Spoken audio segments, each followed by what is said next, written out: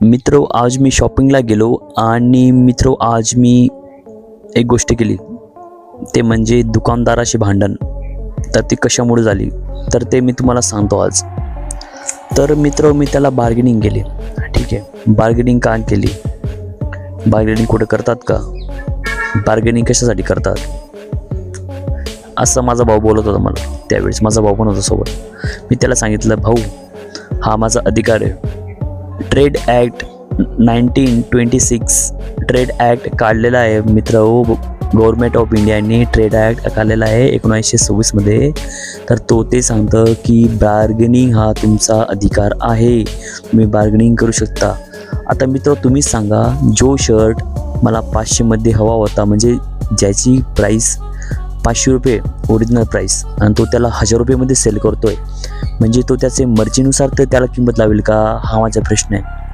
हा माझा अधिकार आहे. तो त्याला वाटेल तेवढं सेल करू शकतो का? मग माझा अधिकार नाही का त्या 1000 रुपयाची किंमतला कमी करायचा? हा माझा प्रश्न आहे. तुम्हाला काय वाटतं मित्र? कमेंटमध्ये सांगा. आणि तुमच्या घरात जर कोणी बार्गेनिंग करत असेल ना, जर तुमच्या घरात कोणी बार्गेनिंग करत असेल ना, जास्त तर लेडीज लोक करतात, तर त्यांना अडवू नका.